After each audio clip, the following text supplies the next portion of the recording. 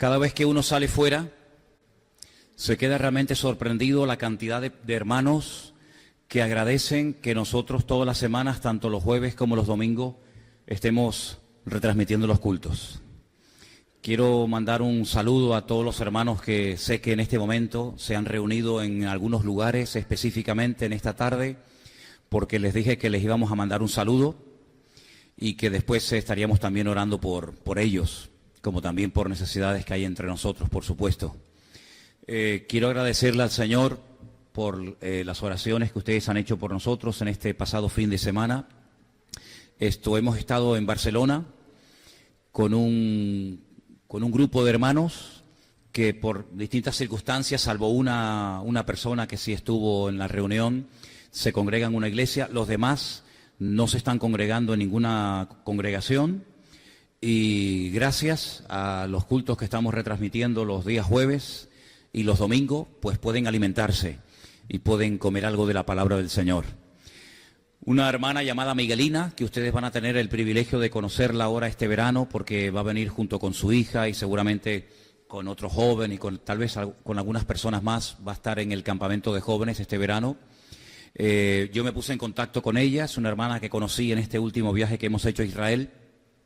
Y yo le propuse que reuniera, no a todos, pero que reuniera a un grupito de hermanos que son de los que no se pueden congregar por distintos motivos, por distintas circunstancias, pero que siguen los cultos fielmente ya durante mucho tiempo. Pues ellos en este momento han decidido estar en una casa y reunirse para poder alimentarse y para poder escuchar la palabra del Señor. Así que le mandamos un saludo a nuestra hermana Miguelina, a unos hermanos del Salvador, que tampoco se están reuniendo en este momento, pero que tienen un hambre del Señor tremenda. Nosotros hemos estado hospedándonos, hemos estado quedándonos en la casa de un matrimonio, nuestro hermano Víctor y su esposa Julia, unos hermanos de verdad que, vamos, el don de hospitalidad y el don de la generosidad y del servicio, vamos, es evidente, es clarísimo que lo tienen, ¿no? Aunque generalmente a veces el que tiene estos dones no se da cuenta que lo tiene, pero los demás sí nos damos cuenta y somos bendecidos, ¿no? Y nos hemos reunido en su casa desde el día viernes, aunque realmente con este grupo nos reunimos todo el día sábado, tanto por la mañana, después comimos todos juntos al mediodía, tuvimos otra reunión por la tarde. En las reuniones se cantaba, se oraba, se lloraba, se reía, sí, había de todo un poco. También el domingo por la mañana tuvimos otra reunión, después del almuerzo tuvimos otra.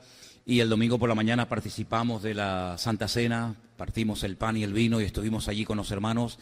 Realmente vengo sorprendido de ver cómo hay gente, gracias al Señor, que tiene tanta hambre de Dios y tantas ganas de aprender y agradecen tanto el que, en este caso Elena y yo, hayamos ido allí a estar con ellos pues esos 2 días ministrándoles. Y bueno, el Señor nos ha dado la oportunidad de conocerlos. Algunos ya los conocíamos, a otros no, era la primera vez que los veíamos.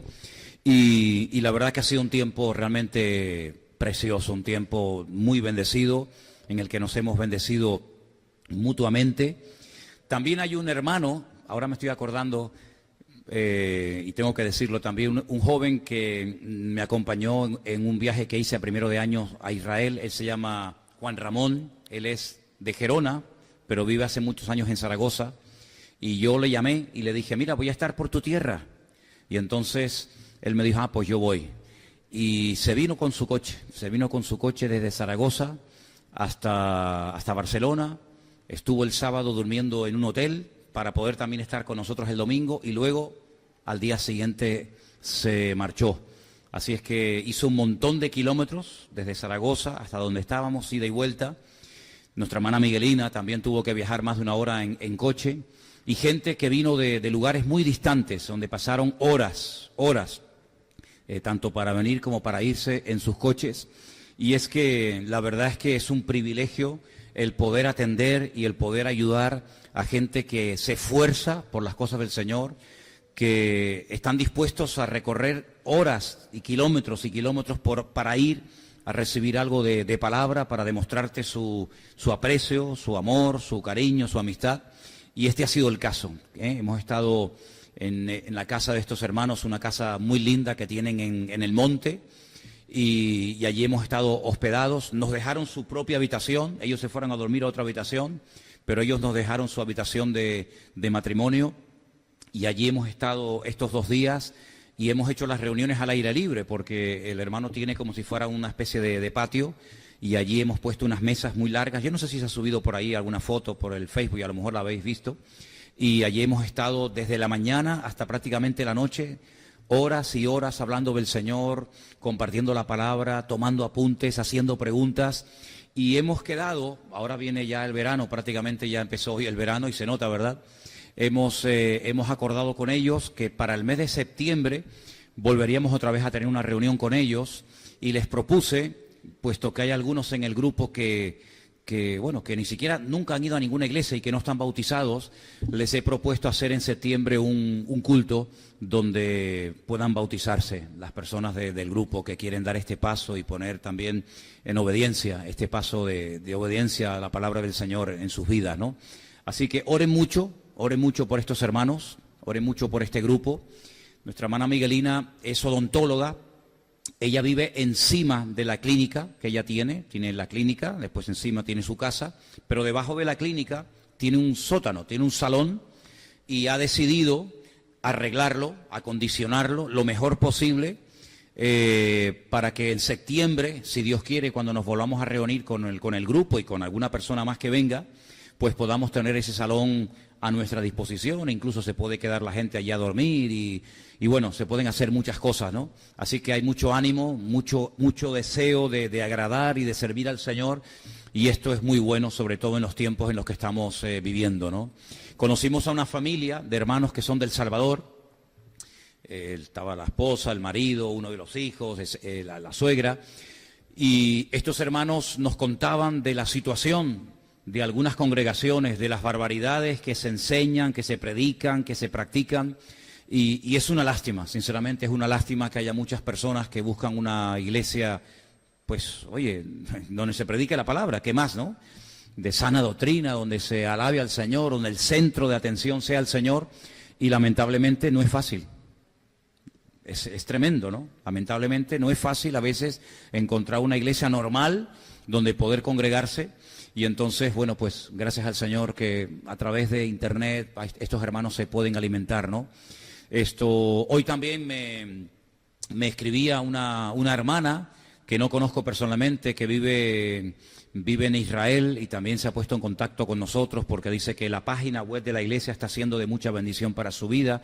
Probablemente ahora, no sé, o más tarde verá el culto. También me escribía otro hermano desde México esta tarde, del estado de Chiapas. Ustedes saben que los cristianos han sido muy perseguidos en ese estado de México, incluso han quemado iglesias, han matado a creyentes, a pastores incluso en el estado de Chiapas y tenemos muchísima gente que nos oyen y nos siguen desde ese estado y desde otros lugares de México. Y el hermano me decía, dice, mira, me voy rápido a terminar el trabajo porque yo todos los jueves no me pierdo el estudio, no me pierdo la predicación, no me pierdo la enseñanza. Así que damos gracias al Señor por estos medios, por las puertas que Dios abre, porque Dios pone en contacto a gente con hambre del Señor, como nos pasó con el caso de nuestro hermano Adolfo y su familia en Israel y en otros lugares.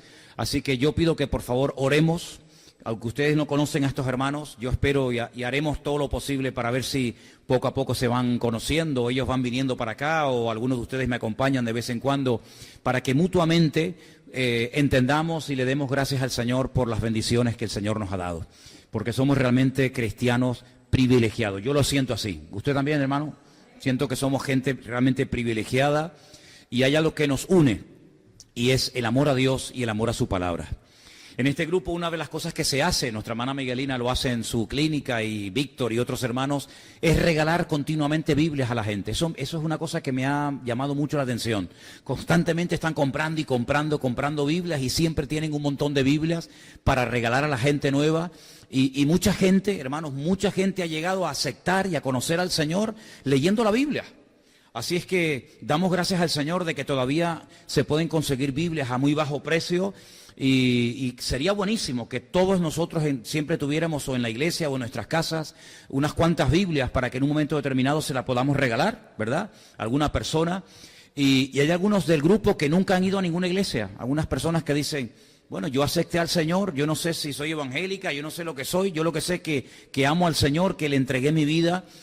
Y Elena, creo que fue la tarde del domingo, le dijo a todo el grupo, dijo, ¿por qué no vas contando cada uno un poquito de su historia, de su testimonio, cómo llegó al Señor, cómo se conocieron entre ustedes? Mi hermano, les digo sinceramente, es increíble cómo el Señor, cuando se le busca de corazón, cuando se le busca de verdad, el Señor se manifiesta a esas personas solos, leyendo la Biblia, buscando de Dios en la casa, pero ahí se cumple lo que dice la palabra, que el que busca halla. Amén, hermanos. El que busca bien, ¿no? Porque lamentablemente a veces hay gente que busca en lugares equivocados, pero el que busca bien, el que busca al Señor en su palabra, el que clama con todo su corazón, Dios mío, ayúdame, Señor, revélate y manifiéstate a mi vida, el Señor dice que es galardonador de los que le buscan, ¿no?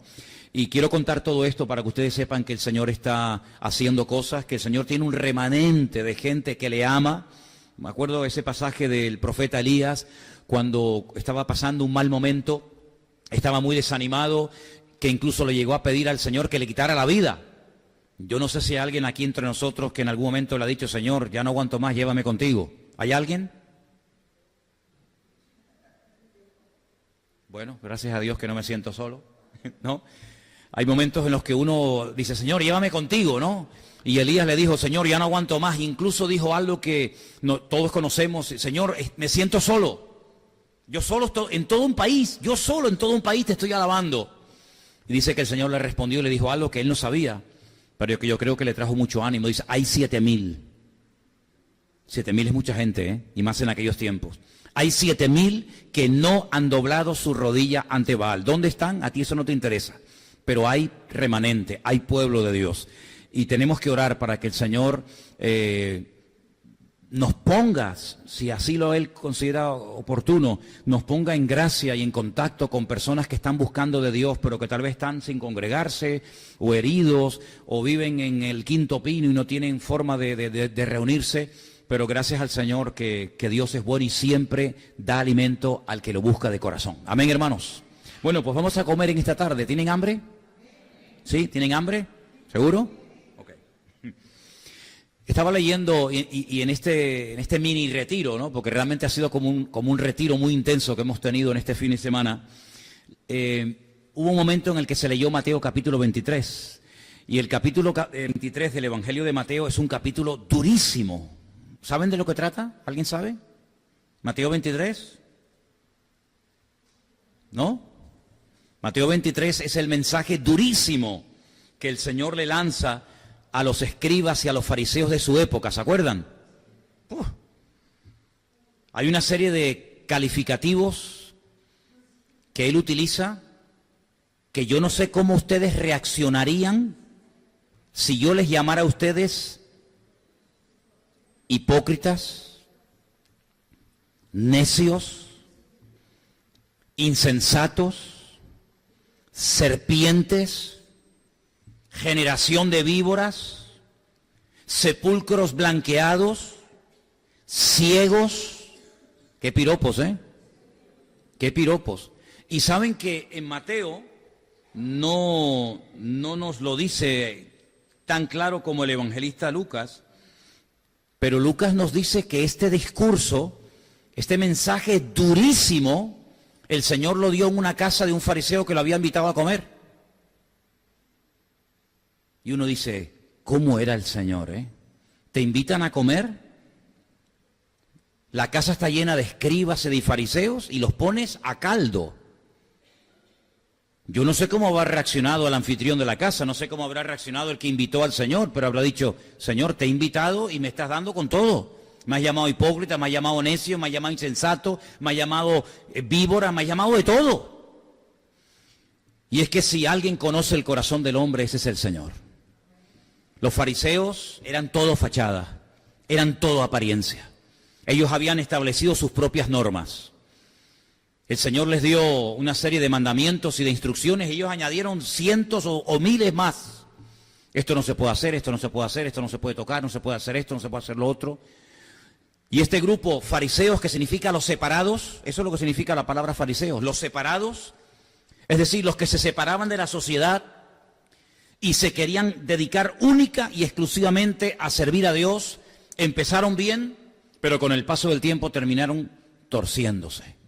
Conocían la Biblia al dedillo, conocían la ley de memoria, pero sin embargo con el paso del tiempo se convirtieron en auténticos hipócritas. Y la palabra hipócrita es la palabra griega que se emplea para un actor. Si a un actor en el teatro griego se le llamaba un hipócrita. No era una palabra mala, no era una palabra que tiene la connotación despectiva que puede tener hoy en día una persona, ¿no? Si tú le llamas a una persona hipócrita es como casi un insulto, ¿sí o no? Sin embargo, en el teatro griego a los actores se le llamaba hipócritas, y después esa palabra se utilizó en el cristianismo para las personas que fingen ser una cosa pero luego son otra. Y es que el actor hace un papel a veces totalmente diferente a lo que él es. Un actor puede hacer de delincuente y puede ser una persona honesta en su vida privada. Un actor puede hacer de ladrón, un actor puede hacer de criminal, un actor puede hacer papeles que no tienen nada que ver con lo que él o ella es verdaderamente en el fondo. Incluso algunos en aquel tiempo se ponían una careta, ¿verdad? Y de ahí viene la palabra hipócrita, y el Señor la utiliza en varias ocasiones en este tremendo discurso, Mateo capítulo 23, por si después que lo quieren leer tranquilamente en casa. Pero hay un momento, aunque ahora después volveremos al capítulo 23, hay un momento cuando el Señor termina el discurso, lo que les tiene que decir a ellos, y hay un versículo en el capítulo 23 que yo quiero leer en esta tarde, es el 37. Mateo, por favor, Mateo capítulo 23, verso 37, ahí lo tenemos, pueden verlo si quieren en la pantalla, donde el Señor dice: Jerusalén, Jerusalén, que matas a los profetas y apedreas a los que te son enviados. ¿Cuántas veces quise juntar a tus hijos como la gallina junta a tus polluelos debajo de las alas y no quisiste? Ahí el Señor está expresando lo que Él quería hacer, pero que no se materializó, no porque no tuviera el poder de hacerlo, sino porque las condiciones de esa ciudad no se daban. ¿Cuántas veces quise? Si en varias ocasiones el Señor quiso hacer algo hermoso en la ciudad de Jerusalén, traer unidad, poner el ejemplo de la gallina, ¿no? Cuando junta a todos los pollitos para que no se le escape, ni ninguno sea presa de ningún ave, ni nada por el estilo. Dice, así es lo que yo quería hacer, yo quería juntarle, yo quería que hubiera unidad, yo quería que fuera una ciudad bendecida, yo quería hacer algo bonito que sorprendiera al mundo y que Jerusalén fuera un botón de muestra, un punto de referencia para todo el mundo. Pero no quisieron ustedes. Yo quería, pero ustedes no querían.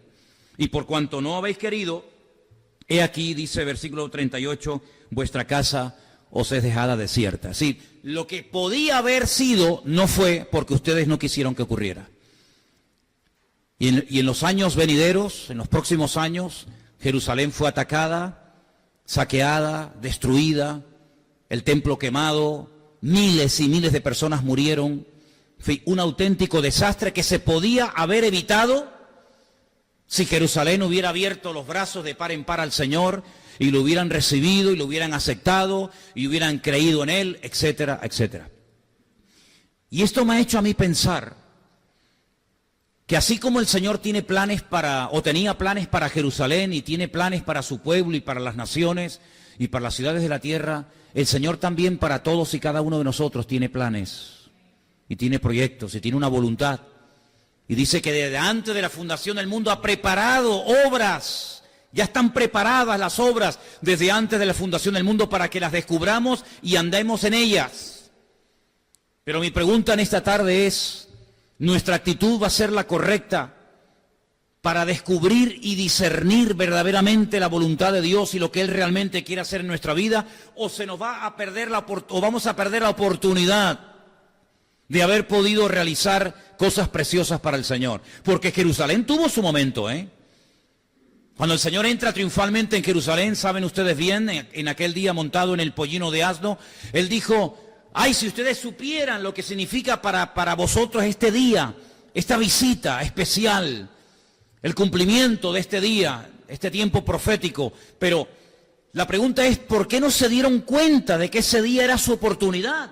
Porque yo veo en el Antiguo Testamento que cuando un profeta llamado Jonás Fue a la ciudad de Nínive y les advierte del peligro y les dice que en un margen de tan solo 40 días la ciudad puede llegar a ser destruida. Ellos reaccionaron y se arrepintieron. Y la ciudad de Nínive, por lo menos en la época, en la generación de Jonás, no fue destruido. El Señor les dice, la ciudad de Nínive, si no hay un cambio, dentro de 40 días la arraso. Y ellos sabían perfectamente que Dios, cuando decidía arrasar una ciudad, no quedaba piedra sobre piedra. Había pasado en el tiempo del diluvio, había pasado en el tiempo de Sodoma, había pasado en el tiempo de Gomorra. Luego la advertencia del profeta Jonás es muy fuerte.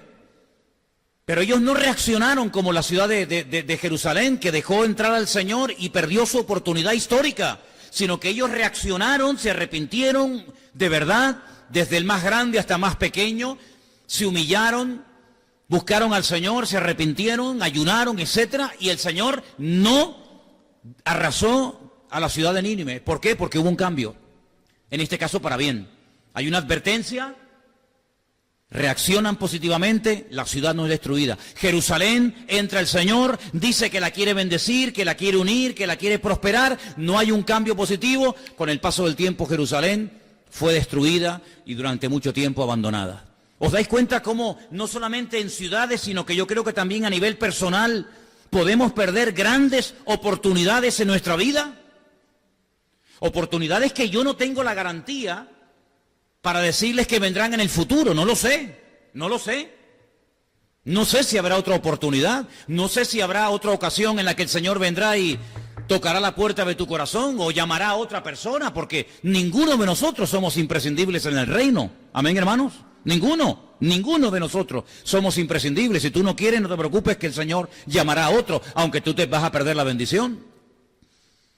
Y la pregunta es, ¿cómo con tantos fariseos, miles de escribas y de fariseos religiosos, no uno, dos sumos sacerdotes, etcétera, etcétera, el centro religioso de Israel, cómo es posible que ni uno se diera cuenta de que ese día era un día crucial en la historia de Jerusalén? Es que ninguno se dio cuenta, es que nadie dijo, oye, que esto no es una visita casual, que es nuestro día, que es el momento en el que Él se está ofreciendo a nosotros y nosotros podemos aceptarlo como Mesías. Bueno, es que si leemos detenidamente el capítulo 23 de Mateo, una de las cosas que el Señor le dice a los fariseos es que eran ciegos, guías de ciegos sois todos vosotros, que ni entráis ni dejáis entrar a los que están entrando. Los llama ciegos. Y es que no hay nada peor que ser ciego, espiritualmente hablando. Ser ciego tiene que ser terrible, y sobre todo para el que una época en su vida en la que pudo ver. Pero yo creo que no hay peor tragedia que ser un cristiano ciego, que no se entera lo que el Señor está diciendo, que no se entera, que no discierne, que no se percata de lo que el Señor quiere hacer en su tiempo o con su vida. Eso es terrible, eso es terrible. Tanta oración, tanto estudio de la palabra, tanto sacrificio, tanta parafernalia, tanta liturgia, al final lo más importante lo pierden. Entonces, ¿de qué servían tantos sacrificios y tantos rituales? Y no se puede hacer esto, y no se puede hacer lo otro. Y en el día del reposo no se puede hacer tal, y no se puede hacer cual. Sí, como dijo el Señor, sois capaces de colar cosas tan pequeñas como las semillas, y luego os tragáis el camello entero. Si tremendamente sibaritas o escrupulosos para lo pequeño, pero luego para lo fundamental, la justicia, el amor, la misericordia, etcétera, etcétera, se os van las oportunidades de vuestra vida.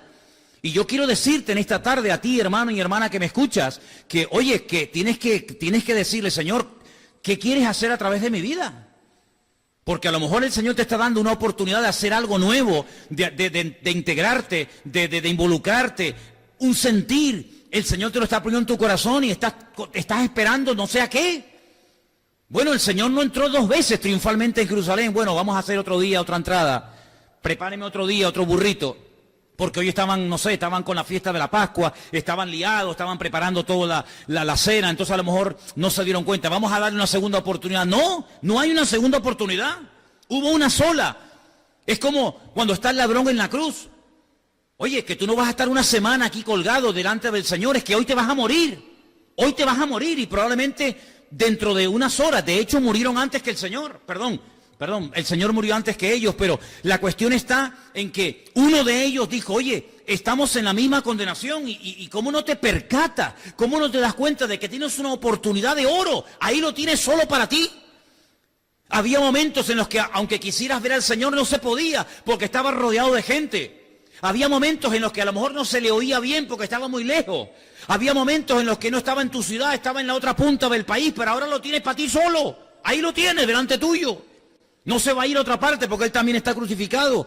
Y uno de ellos se burlaba y desperdició la oportunidad de oro de su vida. El otro, gloria a Dios, la aprovechó.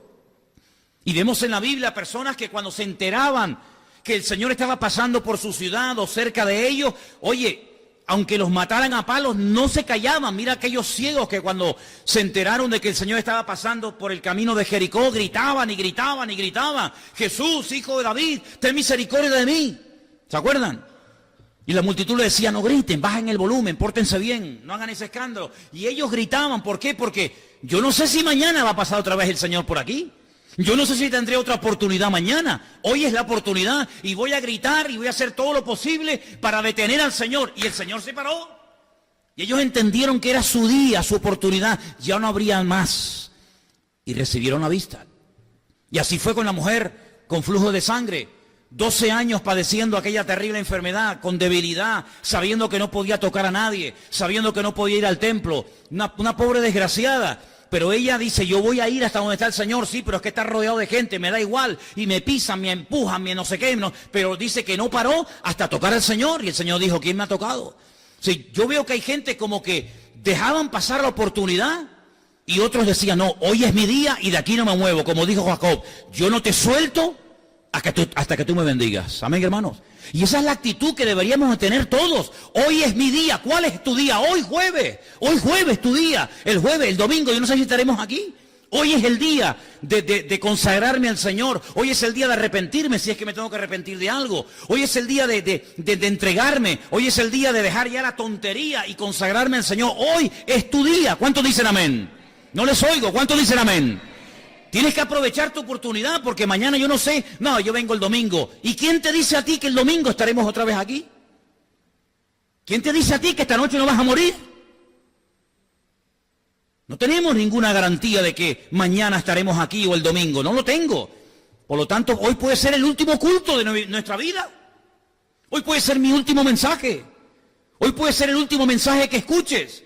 Por eso lo que tengas que hacer, como dijo el Señor aquel, aunque sea para mal, pero hazlo pronto. No te jactes del día de mañana, dice Proverbios 27:1. No te jactes, no presumas del día de mañana, porque nadie es dueño del tiempo, solamente nuestro Dios. Y por eso me da mucha lástima que la ciudad de Jerusalén perdió un momento, una oportunidad preciosa, y la dejaron pasar, y así le fue. Otra cosa que me llama mucho la atención es que a veces nos esforzamos para cosas que realmente no merecen la pena tanto esfuerzo.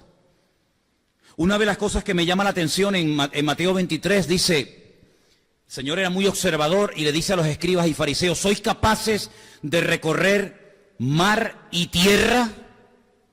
¿Hacer cientos de kilómetros para ganar a un alma, para ser un prosélito, para convertirlo a vuestra causa? Y una vez que lo habéis convertido, se convierten 2 veces más hijos del infierno que antes. Es decir, personas que estaban dispuestas a esforzarse, montarse en barco, hacer lo que fuera, con tal de llegar a una persona y decir, ay, tengo un discípulo, he ganado un alma. Pero al final, ¿para qué? Para dejarlo peor de lo que estaba.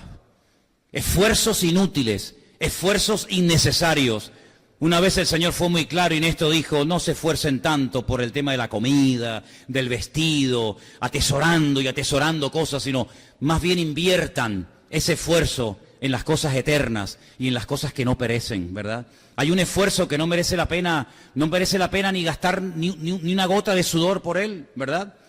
Como dijo uno de los autores de la Biblia, del Nuevo Testamento, dice, arrepiéntanse, porque también de eso tenemos que arrepentirnos. No solamente de los pecados que hemos cometido, sino de obras muertas. En el libro de Hebreos dice, arrepiéntanse de obras muertas. ¿Y eso qué es? Porque eso entra dentro de la lista de los rudimentos, ¿verdad? La fe en Dios, la doctrina de bautismo, el arrepentimiento de obras. Eso era lo básico, eso era lo elemental, lo que se le enseñaba a un recién convertido. Porque ahí dice que después yo le voy a enseñar cosas más profundas, pero esto es los rudimentos, esto es el ABC. El arrepentimiento de obras muertas es arrepentirte de aquello que has hecho que no sirvió para nada. Pablo es muy claro en esto y le dice a los romanos en su carta, ¿qué fruto os queda de aquellas obras de las cuales ahora os avergonzáis? Todo aquel dinero que gastaste, toda aquella energía que invertiste, total, ¿para qué? ¿Para qué? ¿Qué te ha quedado? ¿Cuál es el fruto? ¿Cuál es el resultado? Toda una santa noche sin dormir estuvieron algunos discípulos intentando pescar. ¿Para qué? Para nada. Tiempo perdido, esfuerzo perdido, una noche en vela para nada. El Señor les dice, ¿habéis pescado algo? Ahí no puedes fingir. Ahí no puedes aparentar, bueno, sí, tenemos la barca llena, no, ¿dónde están? A ver. No, mira, Señor, nada. No hemos pescado nada. Entonces, ¿de qué ha valido ese esfuerzo? ¿De qué ha valido ese trabajo? ¿De qué ha servido? De nada. ¿De qué sirvió el esfuerzo brutal?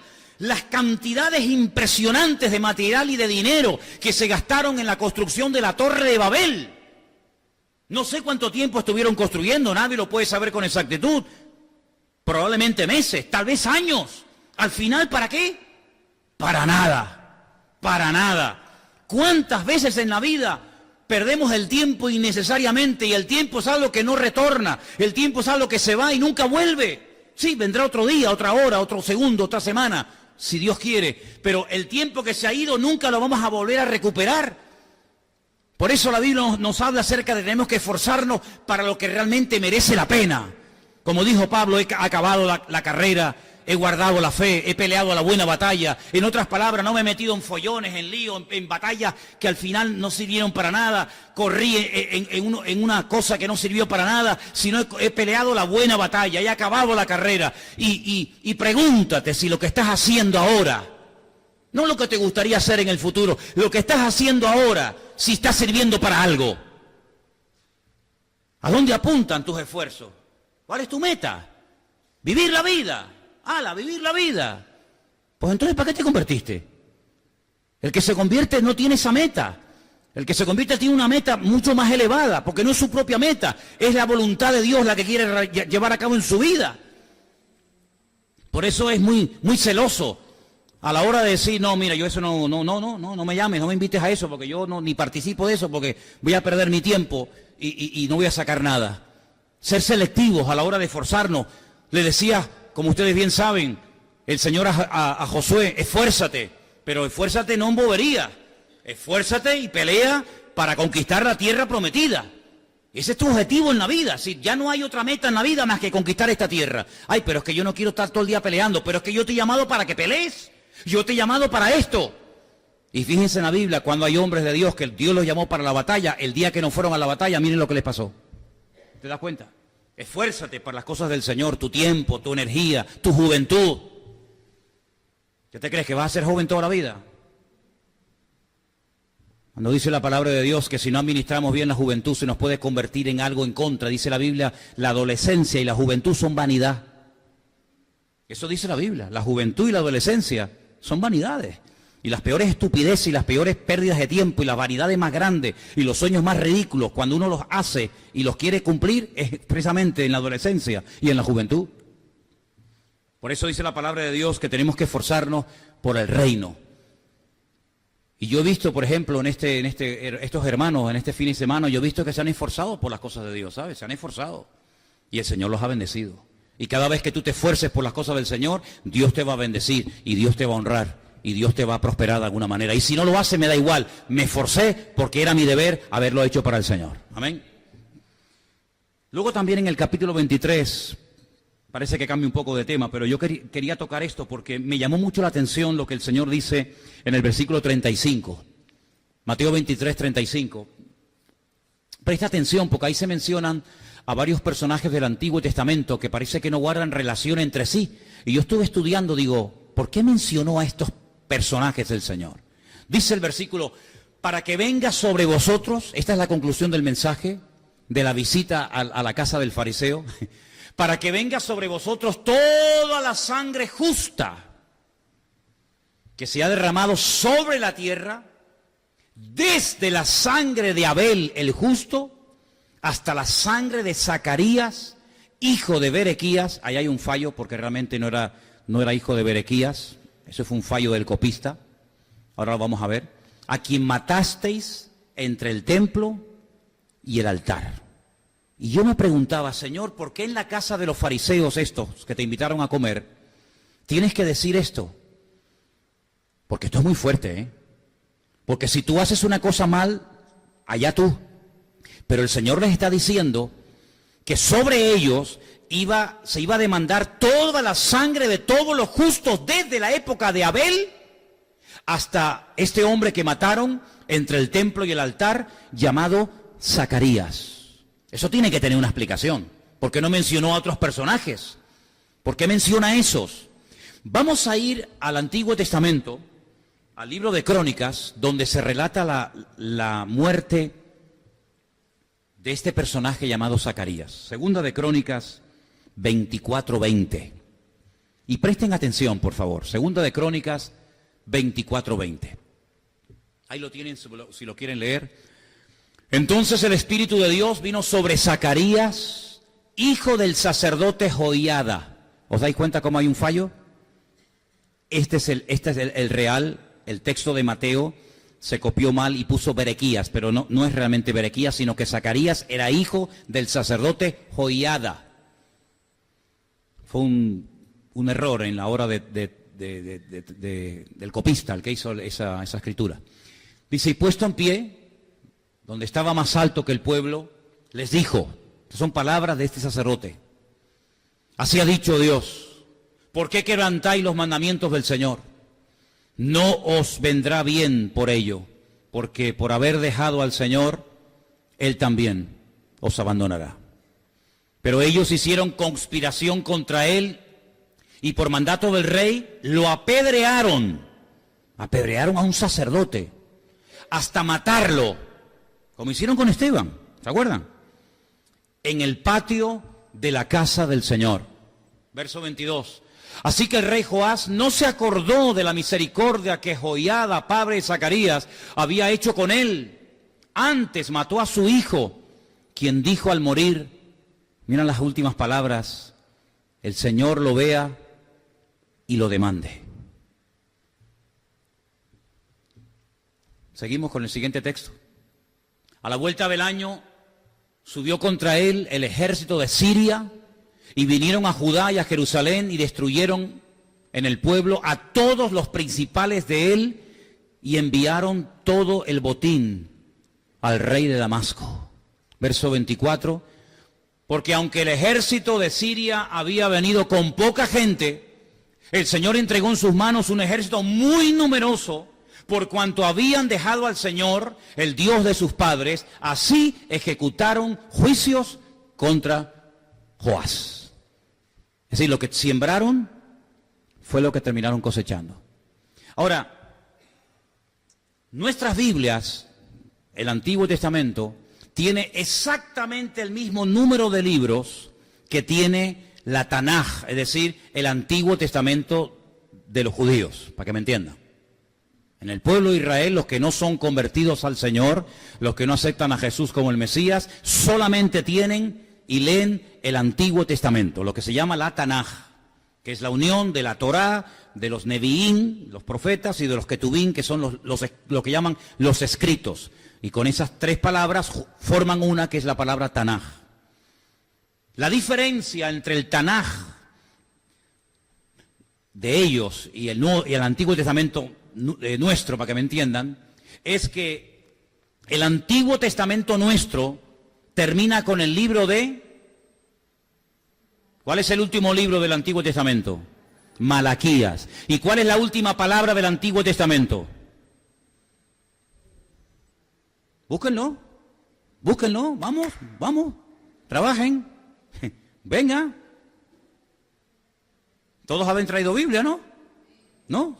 ¿A qué vienen? ¿A escucharme a mí nada más o qué? Venga, saquen las Biblias, abra su Biblia, dígame cuál es la última palabra del Antiguo Testamento. Maldición. ¿Y cómo lo sabes? Porque lo has leído. ¿Ah? Traigan la Biblia a la iglesia, por amor de Dios, por favor, hermanos. Traer las Biblias a la iglesia, hombre. Los judíos dijeron, ¿cómo vamos a terminar nuestra historia? ¿Cómo vamos a terminar la Tanaj, el Antiguo Testamento, mencionando la palabra maldición? Eso es muy fuerte. Entonces cambiaron el orden. Y en vez de ser Malaquías, el último libro del Antiguo Testamento, el último libro del Antiguo Testamento de una Biblia hebrea, judía, es el libro de Segunda de Crónicas. ¿Se da cuenta? Para no terminar con la palabra maldición. Así que el primer libro sería Génesis, todo el orden más o menos sigue igual, pero el último libro, en vez de Malaquías, repito, sería Segunda de Crónicas. Y ahora el Señor, sabiendo que el primer libro es el libro de Génesis, el Bereshit, y el último libro es el libro de Crónicas, Él utiliza un personaje del primer libro y del último libro, y Él menciona a Abel. Dice, desde la sangre de Abel hasta la sangre de Zacarías, hijo de Joiada, demandaré sobre vosotros. Como diciendo, desde el principio de la Biblia, desde el principio de la historia, hasta el final de vuestra historia, habéis estado matando y apedreando gente. Por eso menciona a Zacarías y por eso menciona a Abel, como diciendo, en el principio y al final, siempre derramando sangre inocente y siempre matando a los justos y apedreando a todas aquellas personas que os decían las verdades, que os decían, porque los verdaderos profetas no vienen a endulzar los oídos de nadie. Los verdaderos profetas eran gente que perdían la vida, eran gente peligrosa. Ustedes vieron en el libro de Samuel, cuando Samuel fue a la casa de Isaí y los ancianos ven que el profeta Samuel llega a la ciudad, lo primero que le preguntan es, ¿vienes en son de paz? Porque el profeta era temido, el profeta no era un pelota, el profeta no era el que le reía la gracia a todo el mundo. Y le decía a la gente lo que a la gente en el fondo le gustaba oír, cosa que hacen la inmensa mayoría de los que lamentablemente se han colocado el título hoy en día de profeta, que Dios te va a bendecir, y Dios te va a prosperar, y Dios te va a abrir puertas, y Dios está contigo, y Él nunca te ha abandonado. Mira, para eso no hace falta que venga ningún profeta, mijo. A mí no me hace falta que nadie se me acerque y me diga que Dios está conmigo, porque si alguien en esta vida sabe que Dios está conmigo, ese soy yo. A mí no me hace falta que venga nadie de América, de Japón, de Argentina, de China o de donde sea, a que me venga a mí a decir que el Señor me va a ayudar y que Él nunca me va a abandonar y que no, y no te preocupes, que el Señor te va a bendecir. Es que yo ya eso lo sé. Yo ya eso lo sé. Usted me puede venir a dar una palabra de ánimo y bueno, está bien. Pero si no viene, no pasa nada, no se preocupe. Yo tengo a alguien que me anima y que me da palabra todos los días. Y ese es mi Dios a través de su palabra. ¿Se da cuenta? Pero en aquellos tiempos no. En aquellos tiempos cuando llegaba el profeta, como el que hemos leído esta tarde, por haber dejado a vuestro Dios, por haber abandonado los mandamientos del Señor, a partir de ahora el Señor les abandona y ya no va a estar con ustedes y van a ser atacados. Y fíjate que el ejército de Siria dice que vino con muy poca gente, vino con un ejército muy ridículo, muy chiquitito. Y el ejército de Israel era muy numeroso, era muy grande, muy poderoso. Pero no tenían el respaldo de Dios. Y como no tenían el respaldo de Dios, los chicos vencieron al grande. Y en este caso fue al revés, que el chico en vez de vencer al grande, el David a Goliat, fue al revés. El enemigo, que era el pequeño, derrotó al grande, que en ese caso era el pueblo de Israel. ¿Te das cuenta? Entonces el Señor le está hablando a esta gente de que no han aprovechado nunca las oportunidades. Nunca han aprovechado las oportunidades. O mataban a los profetas, o los rechazaban, o no querían saber nada de ellos. Y al último y principal que rechazaron, ¿a quién fue? Al dueño de la viña. Al dueño de la viña. Y el dueño de la viña era nada más y nada menos que el mismísimo Mesías.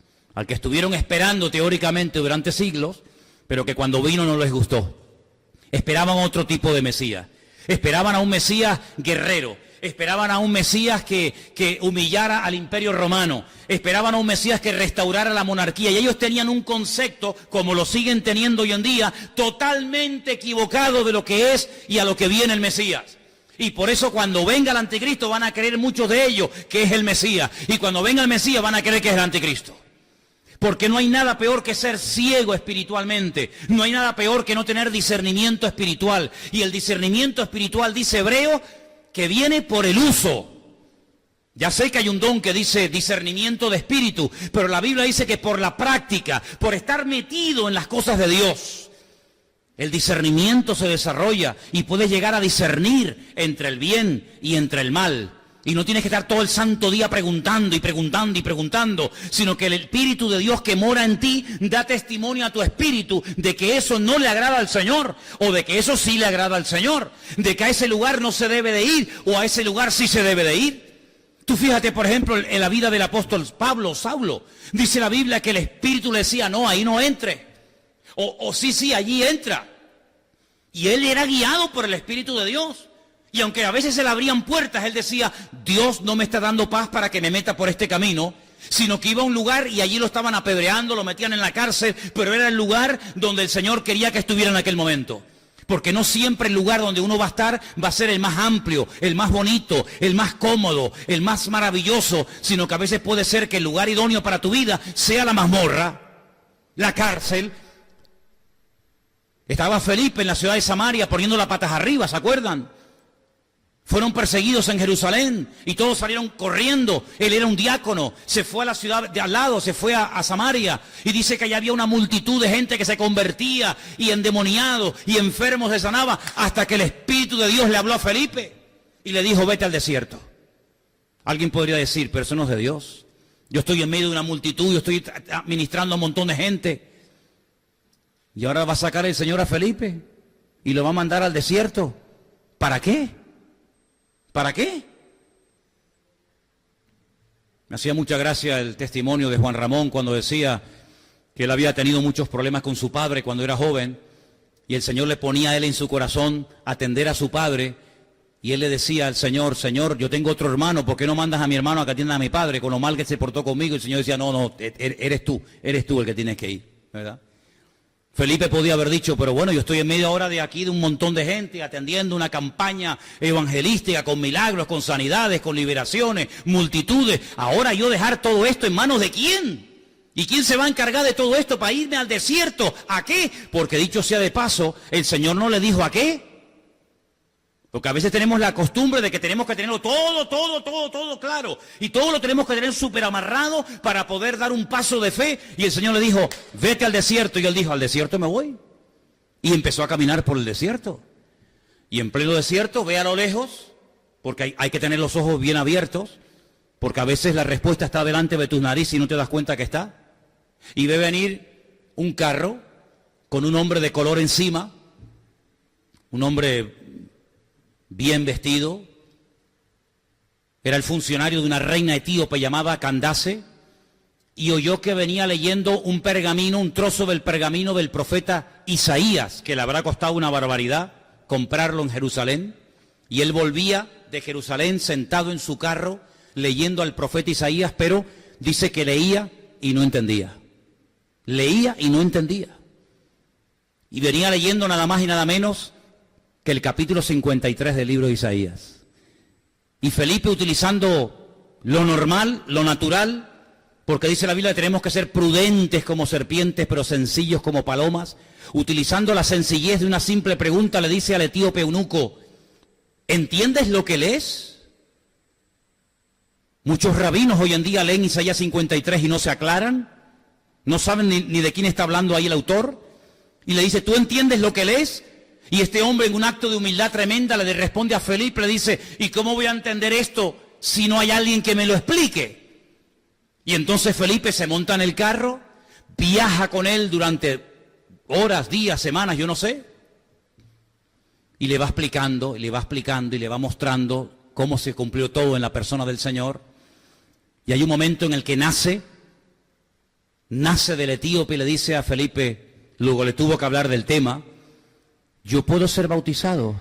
¿Hay algo que impida que yo sea bautizado? Y Felipe dice, no, si crees en Jesucristo y lo tienes claro, no hay ningún impedimento. Dice que bajaron al agua, seguramente en un oasis, allí en medio del desierto, lo bautizó y cuando salieron del agua el Señor arrebató a Felipe y se encontró en la otra punta, en un lugar llamado Azoto, y el etíope siguió, dice, gozoso su camino. Y la historia secular dice que este etíope llegó a Etiopía, evangelizó a la reina etíope Candace, cientos o miles de etíopes se convirtieron y hasta el día de hoy hay miles de etíopes convertidos y se cree que fueron por el trabajo de aquel etíope que después Tomás, un discípulo de Cristo, fue allí y terminó de predicarles el Evangelio. ¿Te das cuenta? Para salvar a uno, el Señor movilizó al hombre más ocupado, al hombre que estaba en medio de un movimiento más grande que lo que estaba ya pasando en Jerusalén, porque en Jerusalén ya era muy difícil servir al Señor porque había persecución y habían matado ya algunos de la iglesia, pero él estaba en Samaria en medio de algo espectacular, tan espectacular que los discípulos de Jerusalén dijeron, oye, vamos a Samaria a ver qué es lo que está pasando allí. Algo gordo, algo importante y grandísimo tenía que estar ocurriendo en Samaria. Cuando la iglesia le dice a Pedro, oye, vete para allá y mira a ver lo que está haciendo este hombre allí, porque estamos oyendo cosas tremendas. Y dice que llegó, y bueno, y todos conocen el resto de la historia. Todo esto está en el libro de los Hechos, ¿verdad? Bueno, pues de ahí, de algo tan importante, de algo tan impactante, saca el Señor a Felipe y se lo lleva ¿a dónde? Al desierto. Hay muchos que les gustaría salir del desierto para ir y tener un ministerio como el de Felipe, ¿verdad? Pero el Señor lo hace al revés. El Señor lo saca de lo grande y lo manda al desierto a empezar de cero. Y después este hombre aparece otra vez en el libro de los Hechos, casado, con 4 hijas, viviendo en la ciudad de Cesarea, recibiendo a Pablo en su casa, un profeta llamado Agabo. Las hijas también logró involucrarlas en el ministerio, dice que las hijas profetizaban, y bueno, fue un testimonio tremendo, ¿te das cuenta? Entonces lo que yo quiero en esta tarde, que todos tengamos presente y le pidamos al Señor, Señor, quiero aprovechar las oportunidades que se me presenten. ¿Y tú no crees que a ti se te han presentado ya muchas oportunidades para servir al Señor y para honrarle y para esforzarte y para hacer algo más de lo que a lo mejor hasta el día de hoy estás haciendo? ¿Sí o no? Entonces, ¿qué esperas? ¿Qué esperas? Quiero terminar en esta tarde diciéndoles que el Señor Jesucristo lloró con un dolor tremendo porque vio que lo que él quería hacer en Jerusalén no le permitieron que lo hiciera. Como también dice la Biblia que fue una vez a una ciudad y no pudo hacer milagros. No es que no quisiera. Una cosa es que tú no quieras hacer algo y otra cosa es que tú no puedas hacer algo, ¿vale? Pero el Señor sí podía hacer milagros. Hombre, los hacía en todas partes. ¿Por qué allí no los hizo? En Nazaret. Dice, a causa de la incredulidad de ellos. Fíjate, tener al Señor, al mejor maestro, al mejor evangelista, al mejor profeta, al mejor de todo, tenerlo en la ciudad con ellos, y en vez de aprovechar su visita, lo menosprecian y no pudo hacer los milagros que le hubiera gustado hacer a causa de la incredulidad de ellos. ¿Qué diferencia cuando aquella mujer a la cual el Señor le da testimonio y le evangeliza en el pozo en el pozo que Jacob les construyó a los samaritanos, y se va a la ciudad y le dice a todos los hombres, he encontrado a alguien que creo que es el Mesías, me ha dicho cosas increíbles, me ha dicho lo que he hecho, ¿no será el Mesías? Habla de tal manera que convence a un montón de hombres, van allí, le escuchan y le dicen, ¿por qué no te quedas con nosotros unos días? Y al final, cuando el Señor se marcha, le dicen, Señor, queremos dejarte claro una cosa. Al principio vinimos a oírte por lo que ella nos contó, pero ahora te decimos que ya no solamente creemos por lo que ella nos contó, que tú le dijiste a ella, sino que ahora nosotros mismos hemos llegado a la conclusión de que tú eres el Mesías. Eso podía haber pasado en Nazaret. Además, en Nazaret él había estado 30 años viviendo. Conocía a todo el mundo lo conocía a él. Su padre tenía un negocio en Nazaret. Su madre vivía allí, sus hermanos, sus hermanas. Todo el mundo lo conocía. No pudo hacer milagros en Nazaret a causa de la incredulidad de ellos. ¿Qué te parece? ¿Te das cuenta cómo hay cosas que a veces Dios quiere hacer a través de nuestra vida y se nos pasa el arroz? Porque no aprovechamos la oportunidad. Yo no quiero que se me pase el arroz ni un día más. Toda oportunidad y toda puerta que Dios me abra, yo la voy a utilizar para la gloria del Señor. Hay muchos cristianos que se han pegado a la vida. ¿Me puedes confirmar, Señor? ¿Me puedes confirmar, Señor? Incluso hubo una época entre la juventud aquí en las Islas Canarias, sobre todo entre las asambleas de Dios, Yo es que estuve un tiempo con esa denominación hasta que salí. Y había un tiempo en el que los jóvenes que supuestamente querían servir al Señor, siempre cuando venía un predicador, cuando venía una visita especial a la iglesia, oraban y le decían: Señor, confírmame, háblame a través de la persona que va a traer el mensaje esta tarde. Confírmame, Señor, que tú quieres usar mi vida. Confírmame, Señor, que tengo que ir a la escuela bíblica a prepararme. Confírmame. Y todavía los que están orando por confírmame, ahí se quedaron. Y los otros que dijimos: a mí el Señor no me tiene que confirmar si tengo que servirle o no, porque la Biblia dice: al Señor tu Dios adorarás y a Él solo servirás. Y lo que está escrito no necesita confirmación.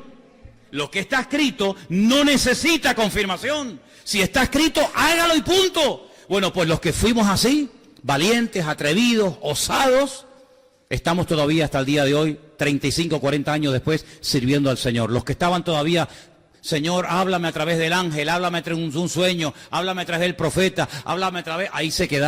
Ahí se quedaron casándose con inconversos, perdiendo el tiempo, perdieron su juventud, se casaron, se divorciaron, se volvieron a casar, se volvieron a divorciar. Mira, terrible. ¿Por qué?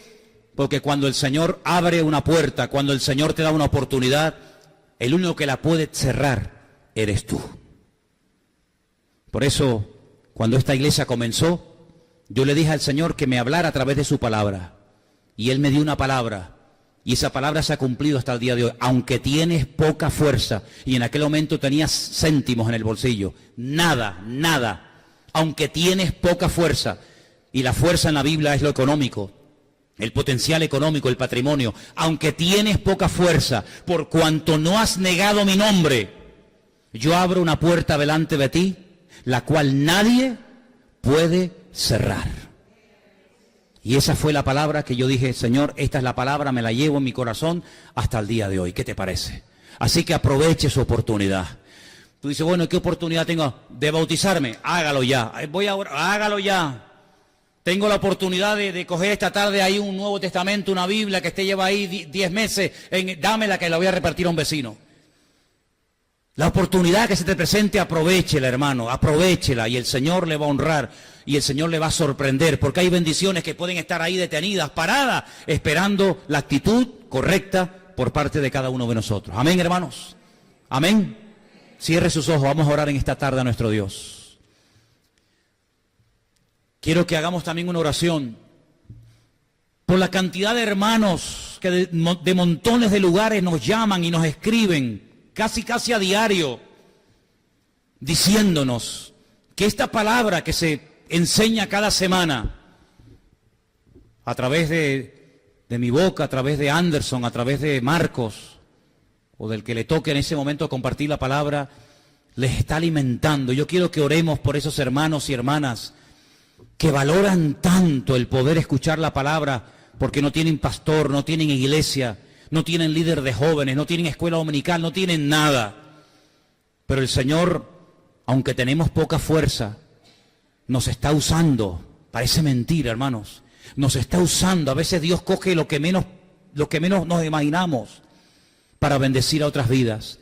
Y yo quiero pedirle a los hermanos aquí presentes que oren por todas esas personas, hermanos y hermanas nuestras, que se han reconciliado con el Señor, que han conocido al Señor, que han crecido, que han madurado. Hoy me escribía un hermano, un joven de aquí de Tenerife, pero de otra congregación, que me dice: cómo he aprendido a través de aquellas clases de hermenéutica que se dieron en su momento. Testimonios cada día. Oremos para que el Señor nos use, hermanos. A uno nos va a utilizar en el púlpito, a otros en la oración, a otros en la alabanza, a otros en el sonido. Pero, hermano, cada uno de nosotros debemos de ser gente útil en las manos del Señor. Y queremos en este momento unirnos a favor de todos los hermanos y hermanas que nos ven, que nos escuchan, que nos siguen. Bueno, que te siguen a ti realmente a través de este medio. Oramos, Señor, para que tú nos des siempre el deseo, la fuerza, las ganas, la voluntad de poder seguir bendiciendo y con la intención de extender el reino de Dios hasta donde llegue nuestra fuerza, Señor. Oramos por todas y cada una de las necesidades y peticiones que todos tenemos. Estamos orando por familiares enfermos. estamos orando por trabajo, estamos pidiendo por salud, estamos pidiendo, Señor, que abras puertas, estamos pidiendo por tantas y tantas cosas, pero Señor, reconocemos y sabemos que tú eres un Dios todopoderoso. Y te pido, Señor, que nos uses en este último tiempo para que seamos luz, para que seamos sal, para que marquemos una diferencia y aprovechemos las oportunidades que cada día se nos presentan, Señor, de una u otra manera. Tantos etíopes por ahí tratando de encontrar la verdad hasta que llegue alguien, un Felipe, y les hable de tu amor y de tu gracia. Señor, ponnos gente hambrienta en el camino, que nos llamen, que nos escriban. Señor, y si tú nos lo pones, allí iremos a llevar tu palabra, Señor. No pondremos impedimento de ninguna índole, sino más bien todo lo contrario. Pone en nosotros deseos y ganas de amarte, de servirte. Pone un espíritu de esfuerzo en la iglesia, Señor. Levanta jóvenes en esta iglesia, jóvenes, familias que estén dispuestas a esforzarse en su tiempo, con sus dones y talentos, con sus recursos económicos, y que los pongan al servicio de la obra de Dios. Oramos, Padre, para que seamos una iglesia de bendición y para que la bendición traspase estas paredes y podamos llegar a muchas vidas que tanto te necesitan y tanto oran, Padre. Gracias por este culto que hemos podido celebrar. Señor, sigue bendiciendo nuestras vidas. Y bendice a nuestros hermanos que verán más tarde estas reuniones, esta enseñanza. Y a los que vieron esta tarde el culto, los bendecimos desde aquí. Mandamos un saludo a nuestros hermanos en la península, en todas partes del mundo donde nos ven, porque tienen hambre de Dios. Y eso es algo que nos agrada, Señor, y es algo que tú pones. Te damos gracias por todo en el bendito y poderoso nombre de Cristo Jesús. Amén, amén y amén. Gloria al Señor. Yo le pido a la iglesia que esté orando por todas estas personas.